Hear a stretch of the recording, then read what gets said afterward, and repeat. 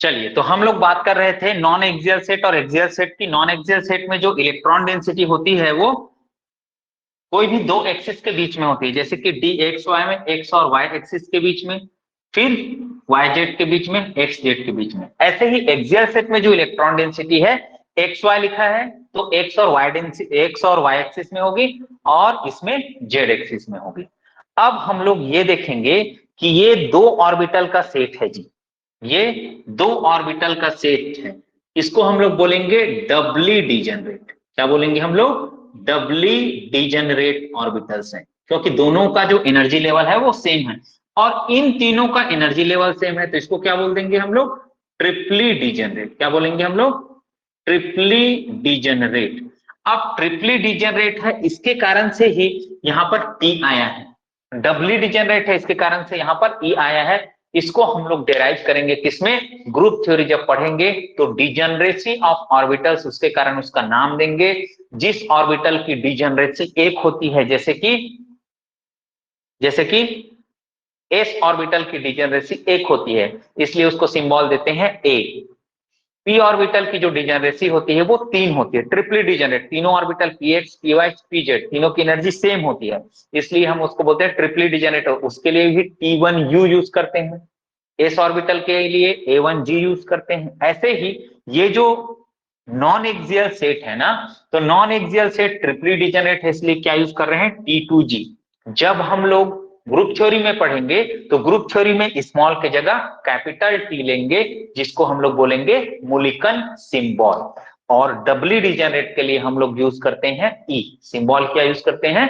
ई। तो यहां पर जी आया है, जी stands for geared. Geared means होता है सेंटर ऑफ सिमेट्री। चलिए, अब हम लोग पढ़ेंगे crystal field splitting in octahedral complexes. तो crystal field splitting in octahedral complexes हम लोग देखने जा रहे हैं। तो सबसे पहले आपको मैं विजुअलाइज कराता हूं मॉडल से कि ऑक्टाहेड्रल कॉम्प्लेक्स कैसे होता है। तो ये देख रहे हैं आप लोग ऑक्टाहेड्रल कॉम्प्लेक्स, ये चार आपको दिख रहे हैं लिगेंड्स, चार, और एक ऊपर एक नीचे। देखिए जी, मैं इसको पूरा रोटेट कर रहा हूं सभी तरफ से मैं किधर से भी किधर को घुमा दूं, ये छयों के छयों जो बॉन्ड लगे हैं वो बिल्कुल बराबर बराबर है। कोई छोटा नहीं है, कोई बड़ा नहीं है ना, कोई मोटा नहीं है, कोई कुछ नहीं। ठीक है, सारे के सारे क्या है? बराबर बॉन्ड लेंथ है इन लोगों के, और बॉन्ड एंगल भी सबके सेम है, 90 डिग्री 90 डिग्री 90 डिग्री बिल्कुल। तो ये है ऑक्टाहेड्रल कॉम्प्लेक्स। और इस ऑक्टाहेड्रल कॉम्प्लेक्स में आप लोगों को दिख रहा होगा कि ये जो लिगेंड्स आ रहे हैं ना, तो लिगेंड्स तीन डायरेक्शन से आ रहे हैं। कहां से आ रहे हैं लिगेंड? तीन डायरेक्शन से आ रहे हैं। वो डायरेक्शन कौन कौन सा है ये देखिएगा। मान लो आपकी तरफ जो एक्सिस आ रहा है इसको बोलूंगा एक्स, इसको बोलूंगा वाई, इसको बोलूंगा जेड। क्या बोला? एक्स वाई और जेड। तो एक्स के जो पीछे होगा पॉइंट है, एक्स पॉइंट तक आएगा, फिर एक्स के पीछे क्या हो जाएगा? Minus x. वाई के पीछे क्या हो जाएगा? Minus Y. जेड के पीछे क्या हो जाएगा? Minus z. मतलब एक पॉइंट से जो लिगेंड्स आ रहे हैं x minus x, y minus y और जेड माइनस जेड डायरेक्शन से आ रहे हैं। That means x y z direction से क्या आ रहे हैं? 6 लिगेंड अप्रोच कर रहे हैं। अब मैंने क्या बताया अभी? जो ऑर्बिटल एक्सिस में है, ऐसे ऑर्बिटल जिनकी इलेक्ट्रॉन डेंसिटी एक्सिस में है, लिगेंड उन ऑर्बिटल से क्या करेगा? इंटरैक्ट करेगा। मेटल के कौन से ऑर्बिटल से इंटरैक्ट करेगा? जो एक्सियल ऑर्बिटल्स है, दैट मींस ईजी ऑर्बिटल्स। और ईजी सेट में कौन कौन से ऑर्बिटल है हमारे पास? dx2 माइनस y2 और dz2। तो लिगेंड कहां से आ रहे हैं? एक्सिस से आ रहे हैं, इसलिए वो एक्सियल ऑर्बिटल्स ईजी से इंटरैक्ट करेंगे और उसके लिगेंड के इलेक्ट्रॉन और मेटल की इलेक्ट्रॉन डेंसिटी में रिपल्शन होगा और ईजी सेट की एनर्जी बढ़ जाएगी और T2G की एनर्जी थोड़ी कम हो जाएगी। क्यों T2G की एनर्जी कम हो रही है? क्योंकि T2G सेट में electron density in between the axis है, इन बिटवीन द एक्सिस है, तो मेटल का उन इलेक्ट्रॉनों को, उन ऑर्बिटल के इलेक्ट्रॉनों को रिपल्शन नहीं मिल पाएगा। इसलिए ऑक्टाहेड्रल क्रिस्टल फील्ड स्प्लिटिंग में T2G सेट की एनर्जी थोड़ी कम और ईजी सेट की एनर्जी थोड़ी बढ़ जाती है। चलिए भाई, हम इसको अब बना लेते हैं। तो इसको बनाएंगे तो ये हमारे पास 5 d ऑर्बिटल हो जाएंगे जी, ये 5 d ऑर्बिटल, और ये बोलेंगे हम लोग ये Eg सेट है, और ये है T2G सेट। ये क्या है? T2G सेट है। तो इन दोनों के बीच का जो एनर्जी गैप है, इन दोनों के बीच का जो एनर्जी गैप है, इसी को हम लोग क्या बोलेंगे? डेल ऑक्टाहेड्रल, मतलब crystal field splitting energy in octahedral ligand field या ऑक्टाहेड्रल कॉम्प्लेक्सेस, या जो डेल ओ या इसकी जो क्वांटिटी है वो किसके बराबर होती है? 10 डेक्यूरेल के बराबर। किसके बराबर? 10 डेक्यूरेल के बराबर होती है। चलिए अब दोनों के टर्म्स में हम लोग इसको बांटेंगे। तो ये भैया ये ऊपर का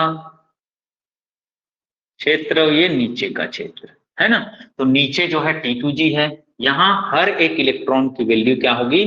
-0.4 डेल ओ, और यहाँ पर Eg सेट वाले की जो एनर्जी है वो क्या होगी? 0.6 डेल ओ पर इलेक्ट्रॉन। ठीक है, तो ये Eg सेट हो गया, ये T2G सेट हो गया। Eg में कौन है भैया? dx2 - y2 और dz2, और ये dxy, dyz और dxz है। अब हमको ये जो डिजेनरेट d ऑर्बिटल्स हैं, ये डिजेनरेट d ऑर्बिटल्स हैं। अब डिजेनरेट d ऑर्बिटल्स की डिजेनरेसी कब ब्रेक होती है? जब d ऑर्बिटल दो पार्ट्स में टूट जाते हैं, Eg और T2G में। अब डिजेनरेसी ब्रेक क्यों होती है? ब्रेक इसलिए होती है क्योंकि लिगेंड अपनी इलेक्ट्रॉन डेंसिटी लेकर मेटल की ओर आता है और उनसे उनके बीच इंटरेक्शन होता है, रिपल्शन होता है, इसलिए इनकी डिजेनरेसी ब्रेक डाउन हो जाती है और ये दो सेट ऑफ ऑर्बिटल में टूट जाते हैं। अब T2G सेट की एनर्जी कम क्यों है? मैंने बताया क्योंकि लिगेंड ऑक्टाहेड्रल फील्ड में कहां से आ रहे हैं? along द एक्सिस आ रहे हैं, इसलिए along द एक्सिस वाले ऑर्बिटल में इंटरेक्शन होगा, रिपल्शन ज्यादा होगा तो एनर्जी इनकी बढ़ जाएगी, नॉन एक्सियल में नहीं होगा तो एनर्जी कम हो जाएगी। तो हम इसको देखते हैं crystal field splitting in octahedral complexes. तो क्रिस्टल फील्ड स्प्लिटिंग या CFT इन ऑक्टाहेड्रल कॉम्प्लेक्सेस। चलिए अब हम लोग कैलकुलेट करेंगे CFAC। क्या कैलकुलेट करेंगे? CFAC। CFAC मीन्स होता है crystal field stabilisation energy. Crystal field stabilisation energy, इसको कैसे कैलकुलेट करते हैं? तो जितने भी इलेक्ट्रॉन होंगे, कितने इलेक्ट्रॉन? n इलेक्ट्रॉन इन T2G। तो इसको ऐसे लिख सकते हैं अपन, n T2G इंटू T2G के लिए वैल्यू क्या है? -0.4 del o plus n electron in Eg into 0.6 del o, ये हो जाएगा plus NP, plus NP। NP क्या है? Number of pairs, number of pairs. तो हम लोग पेयर्स की बात तब करेंगे जब हम लोग देखेंगे क्या कि पेयरिंग हो रहा है या नहीं हो रहा है। तो इसके केस में हम लोग दो केस हम लोग पढ़ेंगे अभी, हाई स्पिन का केस और लो स्पिन का केस। तो हाई स्पिन लो स्पिन का केस अभी मैं पढ़ा देता हूं आप लोगों को। देखिएगा हाई स्पिन का केस क्या होगा। तो हाई स्पिन और लो स्पिन का केस मैं बनाते जाता हूं। तो इसके लिए चलिए, तो हम लोग बात कर रहे थे हाई स्पिन और लो स्पिन का केस। तो हाई स्पिन कब होगा, लो स्पिन कब होगा? हाई स्पिन होने का मतलब ये है इलेक्ट्रॉन का पेयरिंग होए बिना भरना। हाई स्पिन होने का मतलब क्या है? वहां पर पेयरिंग नहीं होगी जब तक सभी ऑर्बिटल में एक एक इलेक्ट्रॉन ना आए। तो हाई स्पिन का क्या केस क्या होता है? जो हाई स्पिन का केस क्या होता है? यहां पे पेयरिंग एनर्जी ज्यादा होता है, किससे? डेल ओ से। तो जो एनर्जी ज्यादा लगता है जिस प्रोसेस में, वो प्रोसेस हम नहीं कराते यार। लो स्पिन में क्या है? डेल ओ बड़ा होता है पेयरिंग एनर्जी से। चलिए अब इसको कैसे समझेंगे देखना। ये जो डेल ओ है, ये क्या है? एनर्जी गैप डेल ओ है। अब इसका वैल्यू बड़ा हो जाए, किससे? पेयरिंग से। तो इस बैरियर को पार करके इलेक्ट्रॉन ऊपर में जाएगा। जब कौन हो जाएगा? डेल ओ बड़ा हो जाएगा पेयरिंग एनर्जी से, तो क्या करेगा, यहीं पर पेयरिंग हो गया है, तो यहाँ पर पेयरिंग का जो वैल्यू है वो कम है, इसलिए यहाँ पर पेयरिंग कराएंगे। यहाँ पर पेयरिंग की वैल्यू ज्यादा है, डेल ओ क्या है भाई, कम है, मतलब इन दोनों के बीच का गैप कम है, तो हम क्या करेंगे, इलेक्ट्रॉन को पेयरिंग नहीं कराएंगे, 1 2 3 4 5 6 7 8 ऐसे भरते जाएंगे। तो अब हम लोग पहले भरते हैं हाई स्पिन कॉम्प्लेक्सेस में, कि हाई स्पिन में इलेक्ट्रॉन कैसे भरे जाते हैं।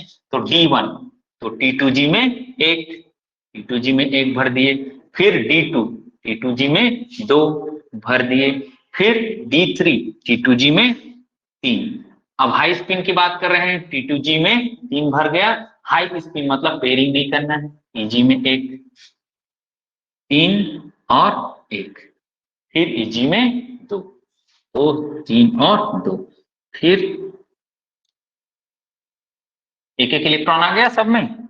अब क्या करेंगे, पेयरिंग, अब पेयरिंग कराएंगे, तो T2G 4 EG2, T2G 5 EG2, T2G 6 EG2, फिर EG1 EG2, 6 6 EG1 और EG2, ये आपके 10 इलेक्ट्रॉन भर गए किसमें, हाई स्पिन सिस्टम में, और यहाँ पे 0 0 है जी, है ना।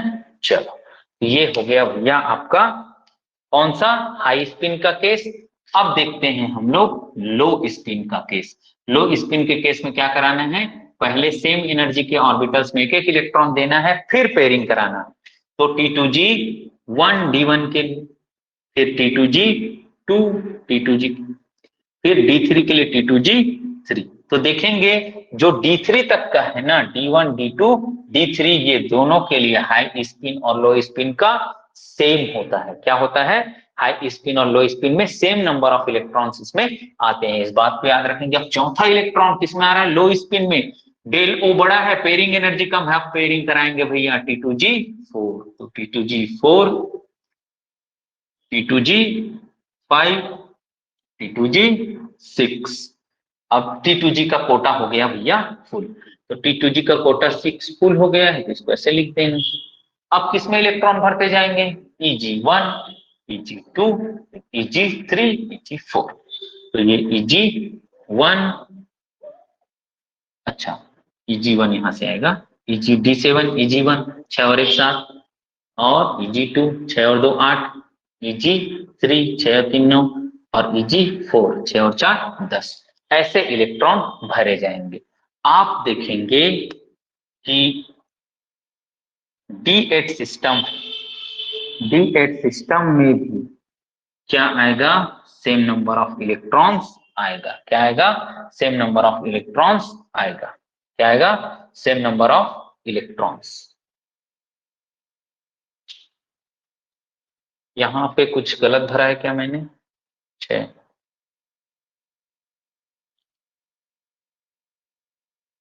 हाँ यहां पर देख लीजिएगा, मैं उतने समय क्या बोला था, देखो थोड़ा मिस्टेक हो गया था, ये T2G 6 है, EG2 है, ये क्या हो जाएगा EG3 और EG4 होगा, तभी 10-10 इलेक्ट्रॉन आएंगे, बाय मिस्टेक हो गया था। तो देखिए ये भी कंडीशन ऐसा है, ये भी कंडीशन ऐसा है जहां पर T2G और EG में क्या हो जाएगा, सेम नंबर ऑफ इलेक्ट्रॉन हो जाएगा। एक तो D8 में सेम होगा, D10 में सेम होगा, और D1 D2 D3 में भी नंबर ऑफ इलेक्ट्रॉन्स क्या होंगे, सेम भरे जाएंगे। अब हम लोग बात करेंगे क्रिस्टल फील्ड स्प्लिटिंग इन टेट्राहेड्रल कॉम्प्लेक्सेस। तो ये टेट्राहेड्रल कॉम्प्लेक्स मेरे पास है, तो टेट्राहेड्रल कॉम्प्लेक्स में ये मेटल है और 4 लिगेंड मेरे पास है। अब यहाँ पर लिगेंड जो है, यहाँ पर ligand in between the axis आ रहे हैं, कोई सा भी लिगेंड कोई भी एक्सिस से नहीं आ रहा है, ना कोई एक्स से आ रहा है, कोई वाई से आ रहा है, कोई भी जेड से भी नहीं आ रहा है। तो यहाँ पर जो लिगेंड आते हैं वो कहाँ से आते हैं, इन बिटवीन द एक्सिस आते हैं। तो टेट्राहेड्रल कॉम्प्लेक्स में जो 4 लिगेंड आ रहे हैं वो कहाँ से आ रहे हैं, इन बिटवीन द एक्सिस आ रहे हैं। तो इन बिटवीन द एक्सिस आ रहे हैं, तो कौन से ऑर्बिटल में रिपल्शन करेगा, ये नॉन एक्सियल ऑर्बिटल में क्या करेगा, रिपल्शन। इसलिए नॉन एक्सियल ऑर्बिटल की एनर्जी क्या हो गई, बढ़ गई, और जो एक्सियल ऑर्बिटल में इंटरेक्शन नहीं किया लिगेंड ने, इसलिए उनकी एनर्जी कम हो गई। अब यहां पर देखो मैं E और T2 लिखा, ई और T2, जी टर्म हटा दिया। क्यों जी टर्म हटा दिया? क्योंकि भैया देखो ना, ये ऑक्टाहेड्रल कॉम्प्लेक्स में सेंटर ऑफ सिमेट्री होती है, मतलब एक पॉइंट से 180 डिग्री पर मूव करने से, 180 डिग्री में मूव कर रहे हैं दोनों तरफ हम लोग, तो सेम इन्वायरमेंट मिल रहा है। यहाँ दोनों सेम इन्वायरमेंट मिला, यहाँ भी सेम इन्वायरमेंट मिला, और यहाँ भी आपको सेम इन्वायरमेंट मिलेगा। तो इसको बोलते हैं centre of symmetry. Centre of symmetry मतलब कहीं बीच में खड़े हो जाओ कोई पॉइंट में और दोनों तरफ ऐसे देखो, दोनों तरफ मतलब इधर भी, सामने भी और पीछे भी इन्वायरमेंट सेम मिल रहा है मॉलिक्यूल में, मतलब वहां पर सेंटर ऑफ सिमेट्री है, अदरवाइज नहीं है। तो ऑक्टाहेड्रल कॉम्प्लेक्स में सेंटर ऑफ सिमेट्री थी, है ना, सेंटर ऑफ सिमेट्री थी यहां पर, बिल्कुल देखिए देखो। लेकिन टेट्राहेड्रल कॉम्प्लेक्स में भैया सेंटर ऑफ सिमेट्री नहीं है। कैसे नहीं है देखते हैं। ये बॉन्ड है, इसके नीचे में कोई बॉन्ड है क्या? ना। इधर ये बॉन्ड है, इसके पीछे में 180 में कोई बॉन्ड है क्या? नहीं है। इधर देखो ये बॉन्ड के 180 में कोई बॉन्ड है क्या? नहीं। अरे नहीं है तो सेंटर ऑफ सिमेट्री नहीं है ना भैया। तो हम क्या हटा देंगे? जो जी टर्म है सेंटर ऑफ सिमेट्री वाला, वो टर्म हम लोग यहाँ पर हटा देते हैं। यहाँ पे लिखते हैं ई और T2। और एक कंडीशन मैं बता रहा हूं आप लोगों को टेट्राहेड्रल कॉम्प्लेक्सेस के लिए। टेट्राहेड्रल कॉम्प्लेक्सेस में कभी भी हाई स्पिन और लो स्पिन का केस नहीं आता है। देखो कई बुक में, बीएससी लेवल के बुक में मैंने देखा है कि टेट्राहेड्रल कॉम्प्लेक्सेस में भी हाई स्पिन लो स्पिन बना के रखे रहते हैं। पूरा सरासर गलत है भाई। टेट्राहेड्रल कॉम्प्लेक्स में कभी भी हाई स्पिन और लो स्पिन का केस आएगा ही नहीं। वहां पर लिगेंड फील्ड का कोई प्रभाव नहीं पड़ता कि स्ट्रॉन्ग लिगेंड है तो लो स्पिन बनेगा, वीक लिगेंड है तो हाई स्पिन बनेगा। ये केस होता है कहां और कहां पे? केवल ऑक्टाहेड्रल में हाई स्पिन लो स्पिन का केस आता है। यहां पर कोई हाई स्पिन लो स्पिन का केस नहीं आएगा। मतलब इलेक्ट्रॉन डायरेक्ट आप कैसे भरेंगे? हाई स्पिन के जैसे भरे जाएंगे।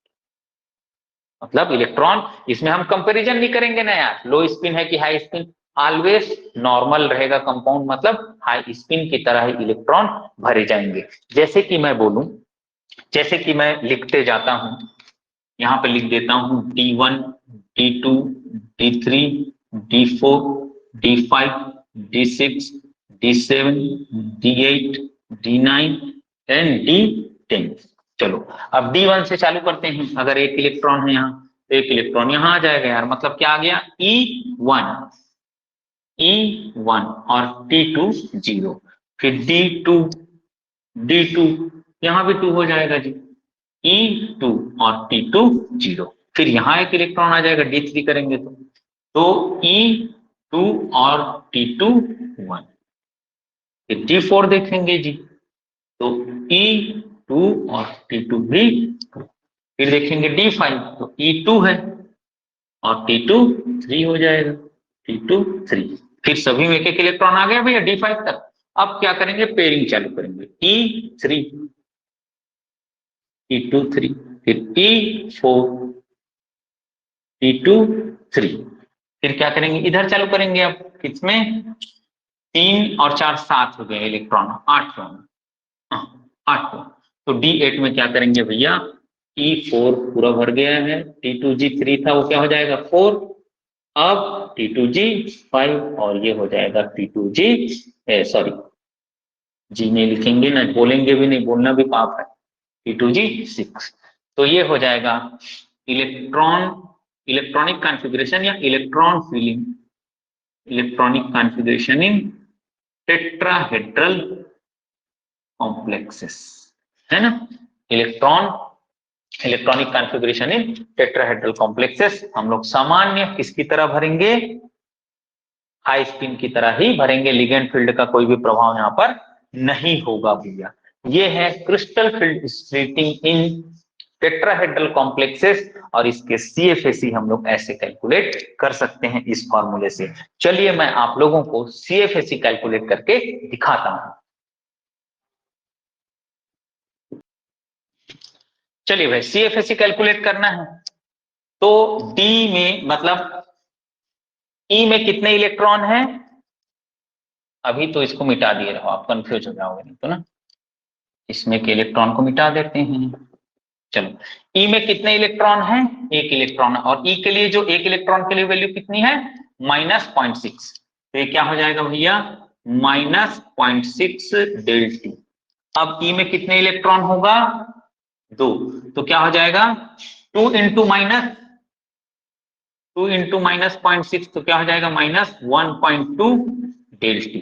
अब 2 इंटू ई की वैल्यू 0.6 है और T2 की वैल्यू कितनी है यार प्लस 0.4, तो क्या हो जाएगा भैया 6 दूनी 12 माइनस 1.2 और 4, तो क्या हो जाएगा माइनस 0.8 डेल टी। अब देखिए ई की वैल्यू कितनी है 2 इलेक्ट्रॉन और 0.6 प्लस 2 इंटू 0.4, तो ये 1.2 में 0.8 चले जाएगा, कितना बचेगा 0.4। अब देखो इधर इधर 2 इंटू माइनस 0.6 प्लस 3 इंटू 0.4, ये माइनस 1.2 और प्लस 1.2, मतलब क्रिस्टल फील्ड स्प्लिटिंग एनर्जी क्या हो जाएगा D5 में 0 हो जाएगा भैया। इधर देखो D6 में 3 इंटू माइनस 0.6 प्लस 3 इंटू 0.4, ये हो जाएगा माइनस 1.2 और ये माइनस 1.8, सॉरी माइनस 1.8 और ये 1.2, क्या बच जाएगा माइनस 0.6 डेल टी। ये माइनस 1.8 होगा और ये 1.2 होगा ना। चलो इधर 4 इंटू माइनस 0.6 प्लस 3 इंटू 0.4, ये हो जाएगा माइनस 2.4 और ये हो जाएगा 1.2, क्या आ जाएगा माइनस 1.2 डेल टी।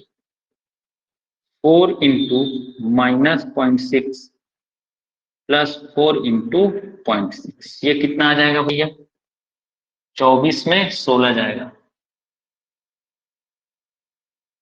8 आ जाएगा माइनस 0.8 डेल टी।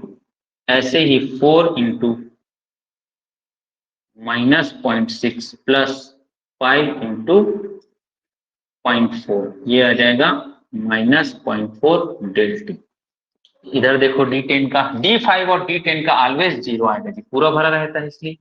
चलो फिर भी कर लेते हैं 4 इंटू माइनस 0.6 प्लस 6 इंटू 0.4, ये हो जाएगा 6 24 माइनस 2.4 और ये प्लस 2.4, मतलब 0.00 डेल टी। तो ऐसे आप लोग क्या निकाल सकते हैं crystal field splitting energy, sorry crystal field stabilisation energy निकाल सकते हैं। क्रिस्टल फील्ड स्प्लिटिंग एनर्जी ये है भैया, क्रिस्टल फील्ड स्प्लिटिंग एनर्जी क्या है ये दिख रहा है ना डेल टी डेल ओ, ये होता है क्रिस्टल फील्ड स्प्लिटिंग एनर्जी। हम लोग निकाल रहे हैं crystal field stabilisation energy, that means CFSE, क्या निकाल रहे हैं CFSE निकाल रहे हैं हम लोग। अब मेरी बात ध्यान से सुनना, हमेशा CFSE की वैल्यू जो है, CFSE की जो वैल्यू है आइदर नेगेटिव होगा और 0 होगा। क्या बोला मैं, CFSE की जो वैल्यू है ना वो आइदर निगेटिव होगी और 0 होगी, कभी भी पॉजिटिव नहीं होगा। क्यों नहीं होता है पॉजिटिव, क्योंकि क्रिस्टल फील्ड स्टेबलाइजेशन एनर्जी एक ऐसी एनर्जी है जो एनर्जी बाहर निकलती है। एनर्जी क्या होती है, सिस्टम स्टेबलाइज होता है ना तो एनर्जी बाहर निकालती है और स्टेबलाइज होती है। तो एनर्जी जो बाहर निकल रही है इस कारण हम साइन क्या लगाते हैं नेगेटिव लगाते हैं। इसलिए कभी भी crystal field stabilisation energy that means CFSE कभी भी पॉजिटिव आपको नहीं मिलेगी, आपको क्या मिलेगी हमेशा नेगेटिव। अगर कोई बोल रहा है कि किसी की क्रिस्टल फील्ड जो स्टेबलाइजेशन एनर्जी पॉजिटिव है दैट मींस वो गलत है। अगर आप लोगों को पूछा जाए कि CFSE की जो वैल्यू है अगर एक है माइनस 2.4 और एक है माइनस 1.2, मैंने क्या बोला कि एक CFSE की जो वैल्यू है ना दो वैल्यू आपको दी हुई है, क्या क्या, एक माइनस 2.4 और माइनस 1.2। आपको बोलेगा कौन सी वैल्यू बड़ी है, तो आप क्या चलेंगे मैथ लगाने लग जाएंगे यार कि माइनस में जो चीज होता है ना छोटा वो बड़ा होता है, मतलब माइनस 1.2 बड़ा होगा किससे माइनस 2.4 से। ये मैथ्स है, ये क्या है मैथ्स है, अपन को लगाना है क्या केमिस्ट्री, अपन को लगाना है केमिस्ट्री। भैया ये साइन किस चीज को इंडिकेट कर रहा है? एनर्जी बाहर निकल रही है उसको इंडिकेट कर रहा है। हमको साइन नहीं देखना है, हमको क्या देखना है? केवल और केवल मैग्नीट्यूड देखना है। तो आपको मैग्नीट्यूड देखना है ना, तो ये नेगेटिव को इग्नोर करना भैया। ये जो वैल्यू है ना 2.4, यही ज्यादा होगी, यही बड़ी होगी, ये छोटी होगी। क्यों? क्योंकि नेगेटिव साइन किस लिए लगाया गया है? एनर्जी बाहर निकल रही है, इसी को बताने के लिए नेगेटिव साइन आपके लिए लगाया गया है।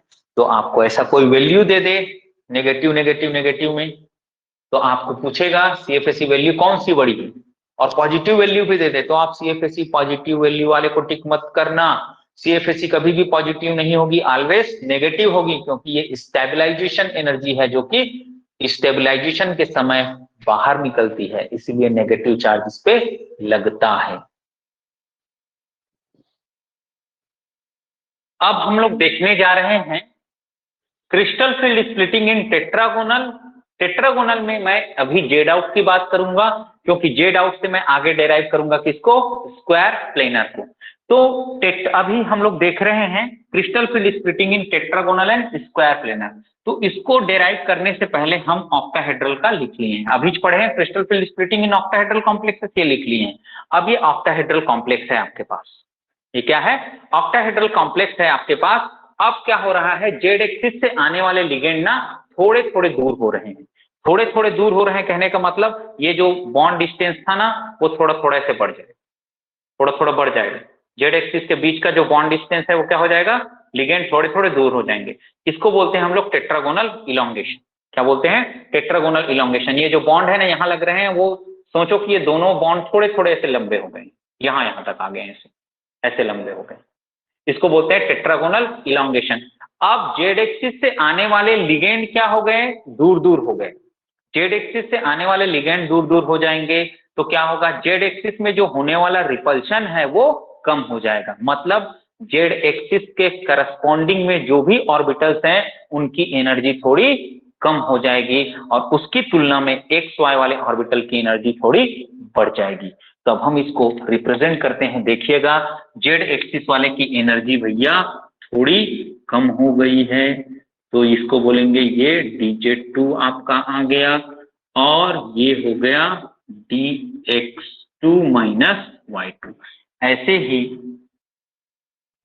जो dxy है, dxy इसकी एनर्जी बढ़ जाएगी, और जो जेड एक्सिस के करस्पॉन्डिंग जो ऑर्बिटल है dyz और dxz, इनकी एनर्जी थोड़ी कम हो गई। तो ये स्प्लिटिंग है किसका?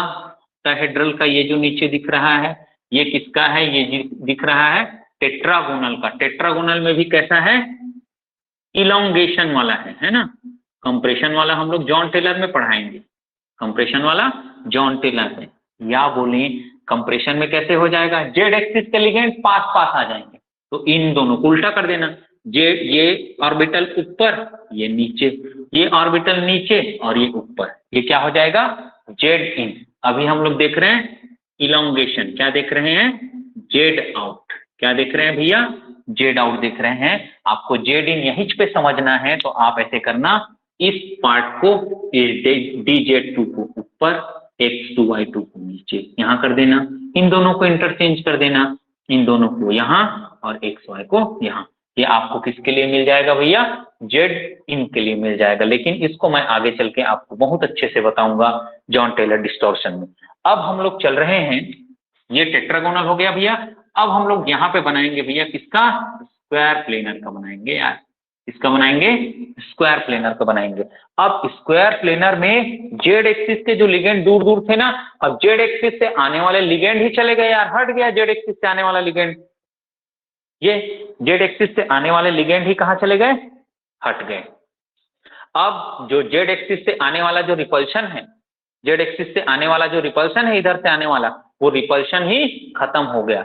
जेड एक्सिस से आने वाला रिपल्शन ही क्या हो जा रहा है? खत्म हो जा रहा है। तो जेड एक्सिस के जो ऑर्बिटल्स हैं उनकी एनर्जी और कम हो जाएगी, एक्स वाई की एनर्जी और थोड़ी बढ़ जाएगी। अब हम इसको आगे बनाते हैं। देखो भैया, जेड एक्सिस वाले की एनर्जी को और कम करो यार, और एक्स वाई वाले की थोड़ी और बढ़ाओ, तो डी एक्स Y2 की एनर्जी को थोड़ी और बढ़ा देते हैं और dZ2 की एनर्जी को थोड़ी कम कर देते हैं। ये dZ2 की एनर्जी कम हो गई और dXY की बढ़ा देंगे तो ये हो जाएगा, इसको क्रॉस ओवर कर जाएगा भैया, ये dXY यहाँ चले जाएगा। dZ वाला है तो इसकी एनर्जी थोड़ी और कम हो जाएगी, इसको बोलेंगे YZ और XZ। अब देखो मेरी बात सुनो भैया, ये गैप को बोलते हैं del1, इसको बोलते हैं del2 और इसको बोलते हैं del3। और यहाँ से यहाँ के बीच, कहाँ से कहाँ, यहाँ से यहाँ के बीच का जो गैप है, बड़ा सा गैप, इसको बोलेंगे del SP। क्या बोलते हैं? del SP। और ये जो del SP होता है ना स्क्वायर प्लेनर, ये इक्वल होता है del1 plus del2 plus del3। और एक रिलेशन होता है जी, del square planar is equal to 1.3 del O। क्या? 1.3 del O। मतलब जो स्क्वायर प्लेनर है उसका स्प्लिटिंग किसके, मतलब 1.3 गुना ज्यादा होता है, किससे? डेल ऑक्टाहेड्रल से। ये चीज याद रखेंगे, क्या करेंगे? ये चीज याद रखेंगे। Del square planar is equal to del1 del2 del3 और del square planar is equal to 1.3 del O। ठीक है। अब देखिए, ऐसे ही आपको एनर्जी ऑर्डर कभी कभी पूछ देता है, स्क्वायर प्लेनर के जो ऑर्बिटल्स हैं उनकी एनर्जी का ऑर्डर क्या है, तो XZ YZ लिख देते हैं। स्क्वायर प्लेनर के ऑर्बिटल, इसका एनर्जी क्या है, तो क्या dXZ, और ये दोनों बराबर है, YZ इनका सबसे कम है। अब इसके बाद बढ़ते जा रहा है, बढ़ते क्रम में लिख देते हैं dZ2, फिर dXY और फिर dX2 माइनस Y2। सबसे ज्यादा एनर्जी इसकी है। ऐसे ही इसका भी लिखा जा सकता है, ऐसे ही इसका भी लिखा जा सकता है यार। चलो, और कुछ रिलेशन की मैं बात कर रहा था, वो क्या है, del T is equal to 4/9 del O। del T is equal to 4/9 del O होता है ये रिलेशन। और डेल का ऑर्डर पूछ दे आपको तो देखो, ये क्या है, ऑक्टाहेड्रल, फिर टेट्रागोनल थोड़ा बड़ा, फिर स्क्वायर प्लेनर थोड़ा बड़ा, और इधर मैं ये d ऑर्बिटल लिख दूं, इधर मैं किसको बना लूं, टेट्राहेड्रल को बना लेता हूं, है ना, टेट्राहेड्रल को बना लेता हूं। टेट्राहेड्रल क्या रहता है, E नीचे और T2 ऊपर रहता है, E नीचे और T2। तो सबसे छोटा कौन, del T, सबसे छोटा कौन, del T।